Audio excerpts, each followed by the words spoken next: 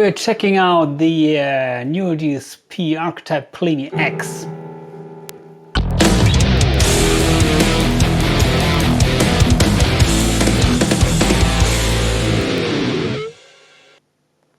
The Mooer DSP Archetype Plini X is a plugin by Mooer DSP, as many of you may know, and I like it pretty much because it's very easy to use, it's affordable, and the sounds are spot on. So here's the Plini plugin, and I was shooting a video with the Plini without the X, and the Plini X was, as far as I know, an upgrade. So they added some effects and reworked the overall algorithm, as far as I know at least. And if you like the Mooer DSP tones, you know, maybe from the quad Cortex, then I definitely recommend to get their software plugins if you cannot afford the quad Cortex. If you have the quad Cortex like I do, you can also import the plugins that you own onto the Cortex. Today I'm playing the plugin here just with my Fireface UCX interface, and you're hearing the direct sound, direct recording.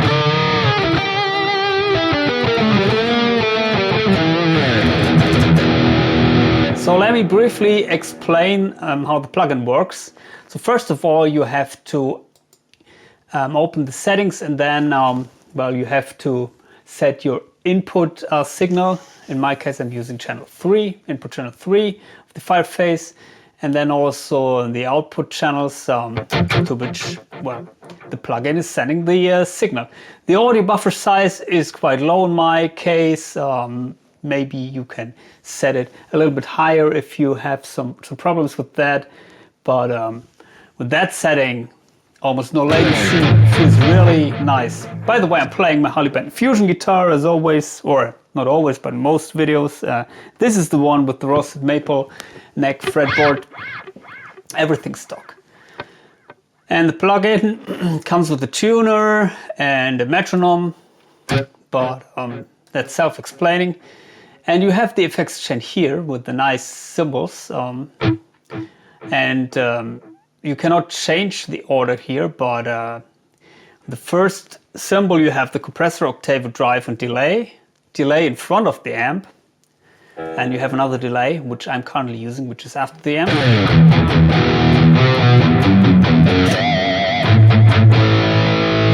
Octave,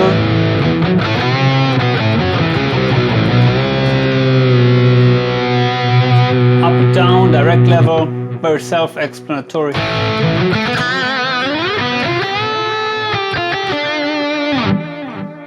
And I'm using the drive here. If I turn that off,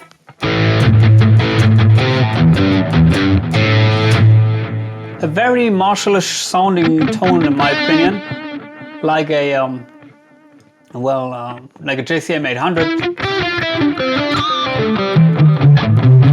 like a perfect JCM800, I must say, without the annoying scratch and background noise and so on. By the way, you have a gate here and a transposer where you can transpose the input signal, maybe set it to, let's try that, set it maybe 2 steps down.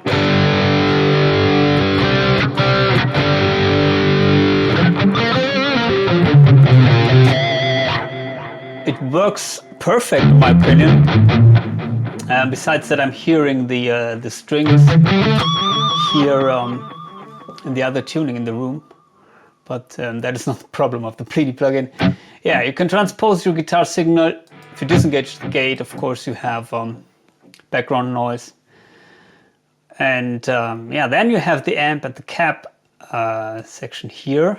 And in the amp section, you have 3 amps, which I will show you in a second. This is the amp number 3, the amp with most gain.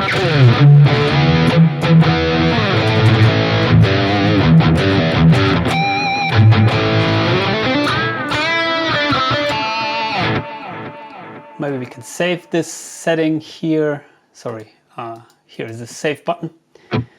And Yeah, you could switch to other amps. It's much louder now, sorry. So this amp has less gain. I did some presets with that amp too. For example, the Lead 2. Sounds a little bit more.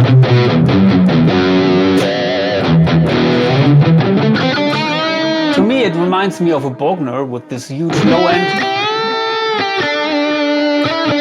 But that is maybe the way I dialed it in.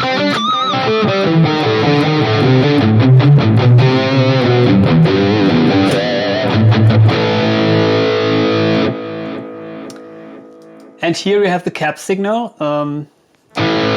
You can use two different microphones. Currently I'm using one, the SM57 here. And you can move that around, very comfortable. If you move it in this direction, then it's changing the position, obviously. But if you move it in this direction, it's changing the distance. And you also have some other microphones here, and you have the ability to load custom IRs.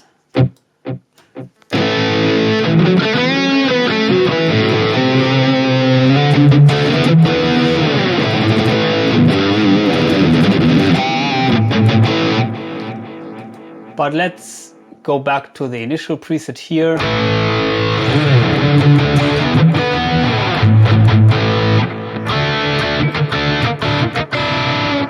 You have an EQ here, graphical EQ, which I'm using currently. If I turn that off, it sounds raw.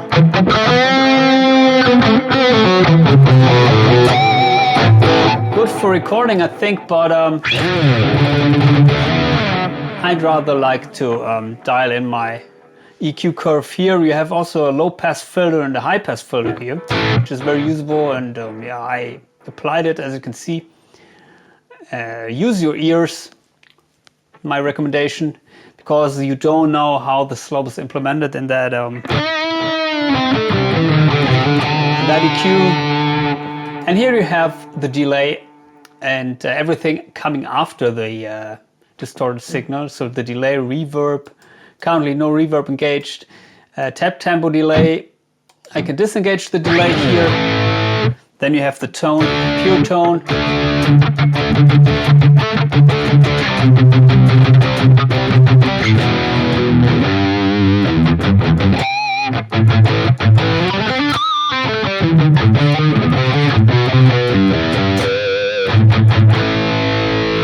What is very important is to set the input signal at the beginning. This guitar does not have a very high output, and also in some interfaces, like in my interface, for example, you can set the input gain. Make sure that it is not clipping here, and of course not here in the output section. And yeah, if you raise the input signal, then maybe you could go back with the drive here, with the level. Or if you don't need a drive, for example. But if you raise the overall signal, then be aware that you're also raising unwanted frequencies like bass, middle, and treble, and usually like bass and treble, sorry. And usually you're boosting more or less the mids with a drive block, because then you got, as a result, more distortion, but no feedback and no overwhelming bass frequencies. You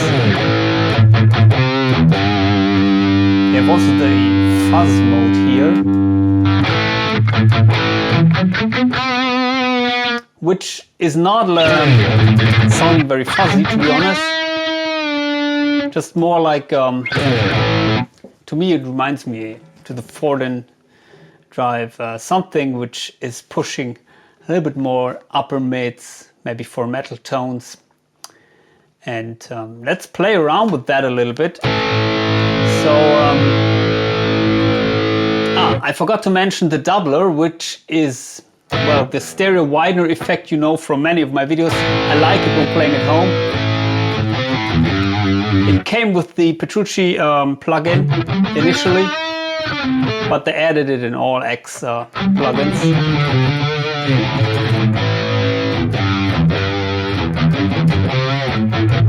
And you can set the delay here.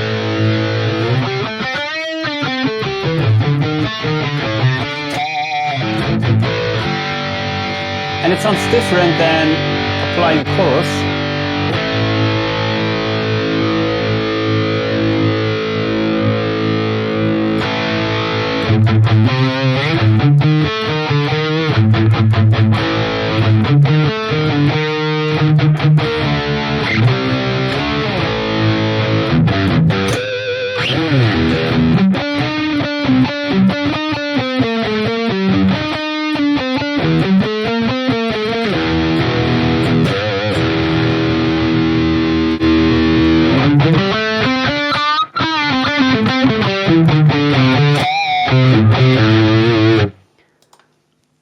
So let's play around with that amp a little bit.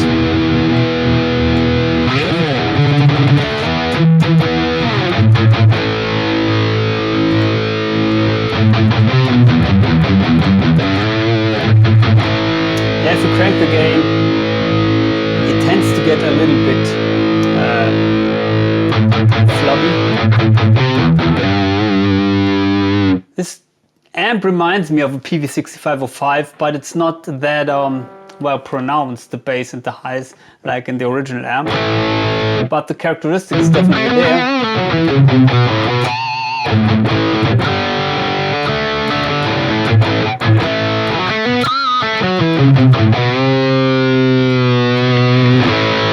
If you crank the presets, you got more definition.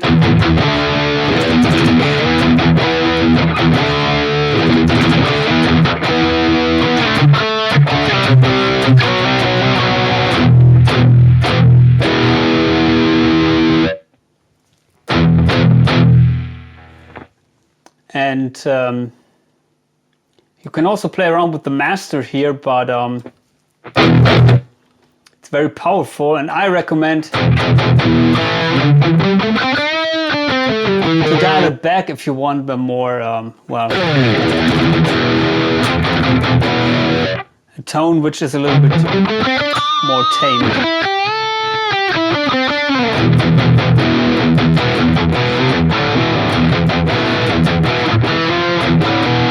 It's definitely changing the overall character of the amp if you raise the master. So I guess they were implementing some kind of power amp simulation here.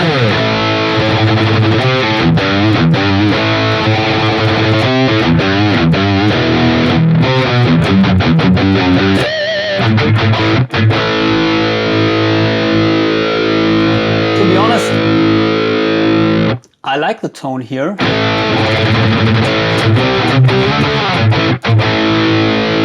So maybe, by the way, to set the gate properly is, in my opinion, the best way is to find out when the guitar signal is coming through and then lower it maybe another 10 dB.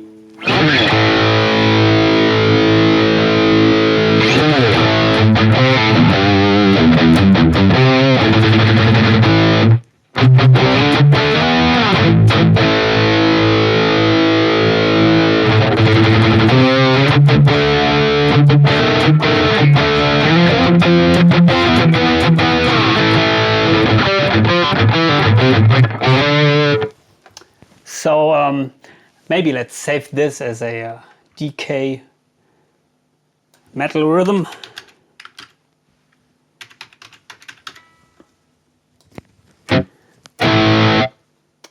And let's play some reverb. It's way too much because the mix is too high here. What is very nice is that you have the low and the high cut. So I would set it like that, then it doesn't get in the way, you don't get the annoying reflections of the reverb, but just a little bit of a room feel. Of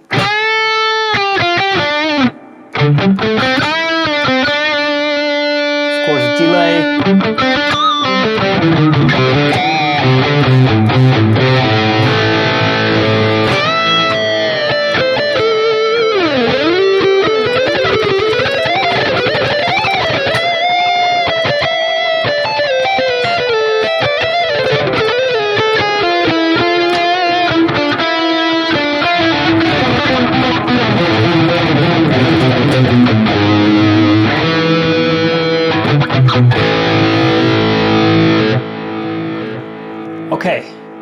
And there is a clean amp. I don't know if we should check that out today, but let's go to the other amp here. And as I said, this amp doesn't have as much gain as the other amp, I think. So what I did is I got some more drive in here and also raised the input. And then you can also use this amp for high gains.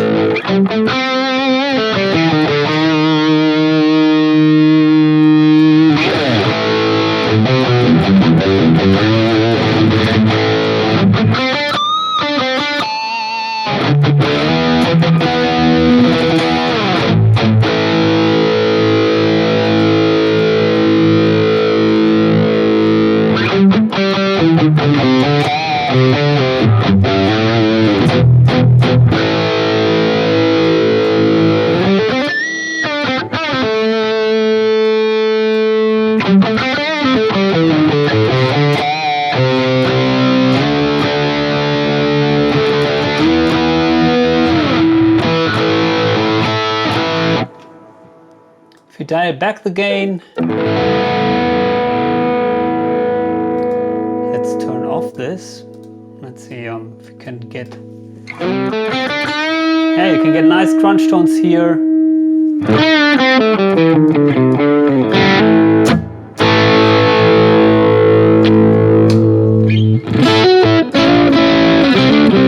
Oh, sorry.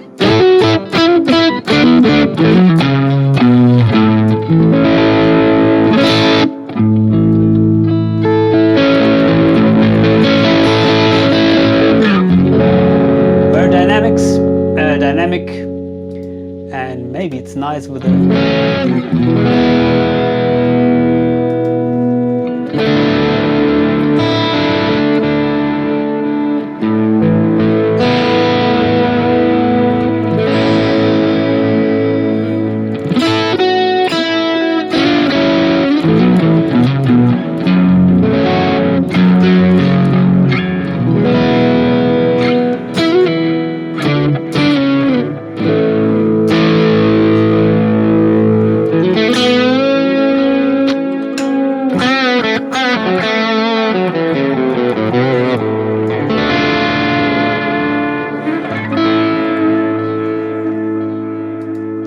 I think we can get nice ambient tones with that amp.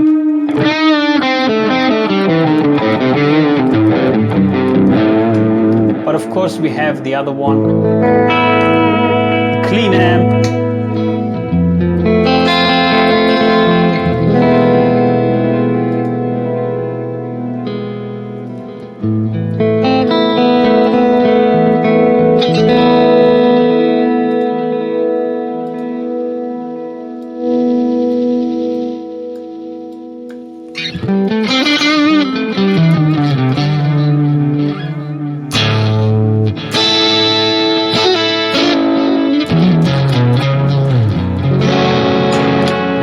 Some gain.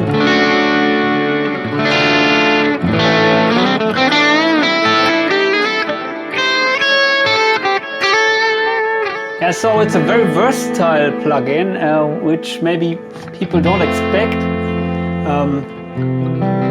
I'm not very familiar with the artist Plini, but I like this plugin. And as you can see, I didn't tweak it pretty much, except for gain master. Of course, you have to adjust the levels, but you don't have to do that many things here with the bass, middle, and treble control. Once you have your favorite settings. And as you can see, this is obviously well,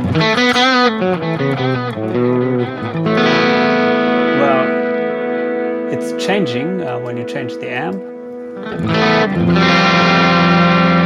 And now this is changing. I think no.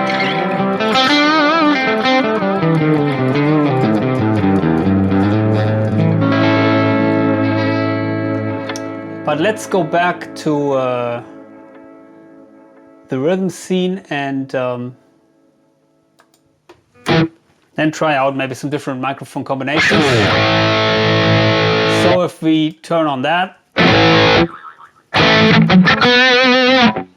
okay.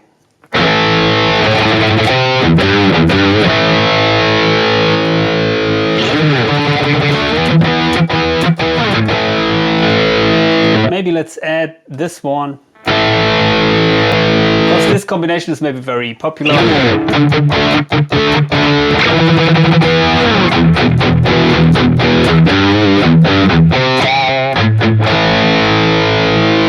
This is a very dark sounding microphone, the Ribbon 121.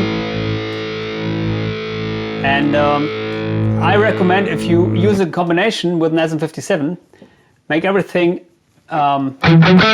just with the SM57 as close as you can get to your desired sound, and then blend in a little bit of the Ribbon for the mids or the bass frequencies. You can start in the middle here, in the middle of the cone, but if you set it, if you move it away, then it will tend to get very dark pretty fast.